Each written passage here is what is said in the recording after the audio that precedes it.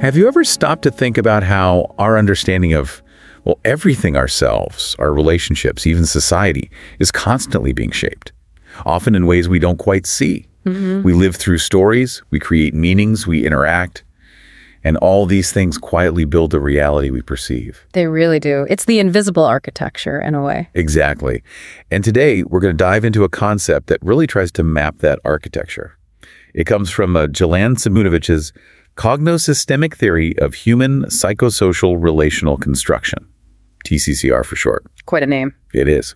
Specifically, we're looking at the Cognosystem. Simoonovich presents this not just as, an interesting idea, but as a genuinely revolutionary analytical unit for social work. And that's really our goal today, isn't it? To properly unpack this Cognosystem concept. We want to show you how it offers this relational, narrative, and multi-level perspective for understanding, diagnosing, and maybe even intervening in complex social issues. A new lens, basically. Yeah. A new lens, exactly. And perhaps a turning point in how we approach social realities. It moves us beyond seeing things in isolation. Okay, so let's start right there. The big question. What is a Cognosystem? Right. So the theory defines it as, an intersubjective, open, dynamic, and contextually situated narrative supersystem. Okay, wow. That's a lot to take in. A narrative supersystem. It is a bit dense, I admit. Let's break it down. Imagine this vast web, right? An interconnected network. Okay. And this web is made of individual human meaning systems. The theory calls these narrative systems. So our personal ways making sense of things. Exactly. But they're not just floating around randomly. They're organized. And they operate across different levels of our environment, our ecosystem. And the crucial part. The crucial part is that this network isn't static. It actively shapes the psychosocial reality for individuals, for groups, for whole communities. How does it do that? Through constant interaction and feedback loops with their surroundings, all happening within what the theory just broadly calls society. So it's a dynamic, meaning-making web that shapes our world. Precisely. And what makes this particularly powerful, I think, is that the Cognosystem isn't just another theoretical construct to think about. It's more practical. Yes. Within TCCR, it's positioned as the minimal unit of analysis and intervention. The minimal unit. Okay, that feels important. Why minimal? It suggests this is the fundamental level you need to engage with to understand and influence psychosocial phenomena effectively. It gives social work its own robust theoretical structure. So maybe less reliance on borrowing frameworks from psychology or sociology? That's the idea. Addressing that historical limitation, the ambition here is really to transform practice in research, diagnosis, and intervention design. That distinction, the minimal unit, really resonates. It gives social work a unique footing. Okay, so if we accept this definition, what are its core features? What makes a Cognosystem? Well, a Cognosystem. Good question. There are several key characteristics. First off, it's fundamentally narrative. Meaning it's built on stories. Exactly. Structured by shared stories, shared meanings. And these aren't just passive accounts of what happened. They are active forces. They reflect reality, sure, but they also shape it and sometimes transform it. They're how we interpret everything. So the stories we live by, not just the ones we tell. Precisely. And how does our thinking, our cognition, fit in? You mentioned it's cognitive too. Yes, absolutely. It actively organizes our perception, our emotions, our behavior, even our decision-making. How so? Well, think of it as processing our experiences. It takes raw experience, filters it through emotions, context. It involves things like the core message of a story, what the theory calls propositional content, but also how we evaluate that message, our stance towards knowledge itself, our epistemic attitude. Attitude to knowing things. Right. How sure are we? Where did we get this idea? All these cognitive elements work together to translate meaning into action and to keep the system coherent. It sounds incredibly interconnected.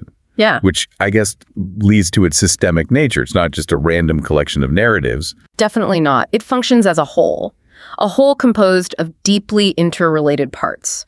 Think of it as a true network.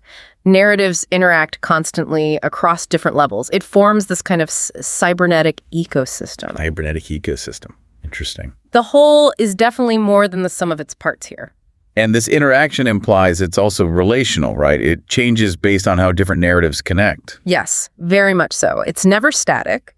The Cognosystem emerges and transforms precisely through interaction with other narrative systems. So it's a process, not a thing. An ongoing dynamic process. There's this constant flow of interaction and feedback, both within the system and between the system and its environment. It highlights how our relationships aren't just conscious choices, but also these spontaneous patterns forming within this complex web. It's fascinating how these stories seem to ripple out. Yeah. The theory calls this its ecosystemic distribution, operating across different levels. Could you walk us through those? Sure, it starts small with the microsystem. Micro. So the individual. Yes, the individual sphere, your immediate environment, direct experiences. Think about the stories you grew up with in your family or the narratives in your early schooling, those very personal, formative stories. Right. Got it. And then You have the mesosystem. This isn't a new place, but it's about the connections between those microsystems. how the different parts of my immediate world interact. Exactly. So how do your family's narratives about work connect with the narratives at your workplace? Or how does a parent's view on education influence a child's experience interacting with their teacher at school? It's the interplay. Okay. And then we move outwards to things that affect us indirectly. That's the exosystem. These are external social structures that influence you, even if you're not directly involved. Like? Institutions, the media, economic policies, the legal system. Think about news coverage, the way stories are framed, the language used. It can shape your views on safety or politics, even if your personal experience is different. Yeah, I can see that. These outside forces have a real impact. They do. And then broader still is the macro system. The big picture stuff. The biggest picture. Broad cultural norms, values, ideologies. Think of pervasive narratives like individualism or meritocracy or national identity narratives or ideas about human rights. These are the grand stories that define what society considers normal, possible, or right. They set the boundaries of our thinking almost. In many ways, yes. And finally, there's the time dimension. Right. Things change. Exactly. That's the Cognosystem. This accounts for how historical trends, major events, or even technological shifts influence entire generations. Think about how the internet and social media have reshaped communication, relationships, even identity for younger generations compared to older ones. That's the Cognosystem at work. That framework, micro, meso, exo, macro, chrono, really helps visualize how these narratives spread and take hold. Now, you also mentioned it's autopoietic. That sounds technical, but like from biology. It is borrowed from biology, Yeah. specifically Maturana and Gorella. It means the Cognosystem has this capacity to self-reproduce and transform through its own internal dynamics. Like a living cell maintaining itself. Kind of, yes. It continuously creates and maintains its own organization and boundaries. Narratives do this for our sense of self, our collective understanding. They integrate new experiences, new information, but in ways that preserve the system's overall coherence and identity. So it allows for change, but without everything falling apart. Precisely. Adaptation without losing fundamental continuity. And language is absolutely crucial here. Language defines the boundaries, maintains the internal organization. It essentially generates and reproduces social reality through narrative. So our stories have this built-in way of regulating themselves to stay coherent, even when things change. Okay, if that's the overall structure, what are the actual nuts and bolts inside a Cognosystem? What components would we find? Good question. At the core, you find organizing narratives. Organizing, meaning they structure things. Yes, and they exist in a kind of hierarchy. You have central narratives, which are very influential, and peripheral ones, which are less dominant. You have an example? Sure. A powerful example of a central, often hegemonic narrative is meritocracy. The idea that success is purely down to individual talent and effort. Right, we hear that a lot. We do, and its power lies in how it shapes perception. It can make systemic barriers invisible, framing inequality as just the result of individual differences in effort or ability. It legitimizes the status quo. So it hides structural issues. Often, yes. And then opposing that, you might have subjugated narratives, stories from marginalized groups, perhaps, that expose systemic inequities and challenge that dominant meritocracy story. So a power struggle between stories. You also mentioned Cognosystemic memes before. What role do they play? Like internet memes? Not exactly like funny cat pictures, though the concept is related. Think of them more like cultural genes, units of cultural information that spread and replicate. Yep. They circulate within the Cognosystem, connecting different levels. They replicate, they adapt, they evolve, and they influence shared meanings. They drive how discourse changes. So ideas that catch on and spread. Yes, like maybe the idea that economic growth is always good or technology solves all problems. These memes can mutate, combine with others, hybridize and compete for dominance, shaping our collective understanding over time. Think about how the idea of sustainability has emerged and spread as a meme, competing with older ideas about progress. That's a really helpful analogy. And these means and the organizing narratives, they create the narrative hierarchies you mentioned. Exactly. These hierarchies structure meaning and power. They determine what gets accepted as real, what's seen as possible, what's considered legitimate within a society or group. Some narratives become dominant, almost invisible truths, while others are pushed to the margins. And how does this whole system maintain stability or adapt? Are there mechanisms for adjustment? Yes, absolutely crucial are the feedback circuits. Feedback loops. Right, continuous loops that regulate stability and change. You have upward feedback where individual experiences or narratives can start to influence the collective. Like a grassroots movement changing public opinion. Could be, yes.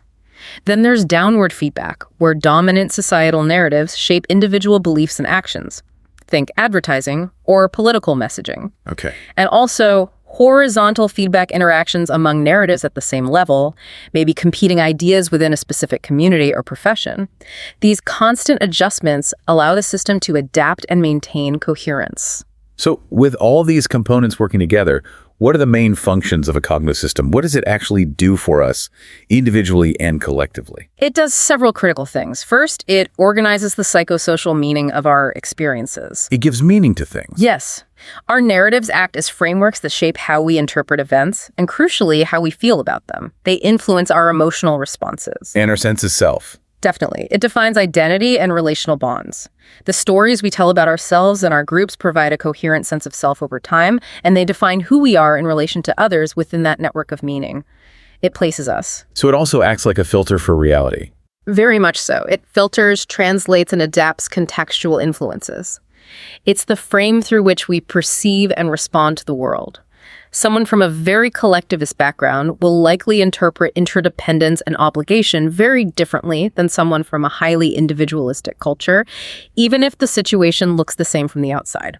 Different operating systems almost. A good way to put it. Yeah. And finally, and this is crucial for social work, it regulates individual and collective behavior. How does it regulate behavior? Based on its dominant narratives. These establish norms, values, what's considered acceptable or unacceptable. Think about something like money. Okay. Pieces of paper or metal or digital code, they have no inherent value. Their power comes entirely from a shared collective narrative, a consensus that allows millions of us to cooperate in complex economies. Wow, yeah. I never thought of money as just a story. But it is. Or think about sports. The rules of football are just a complex, shared narrative that allows players, even strangers, to coordinate their actions instantly. The Cognosystem enables that kind of mass cooperation through shared meaning.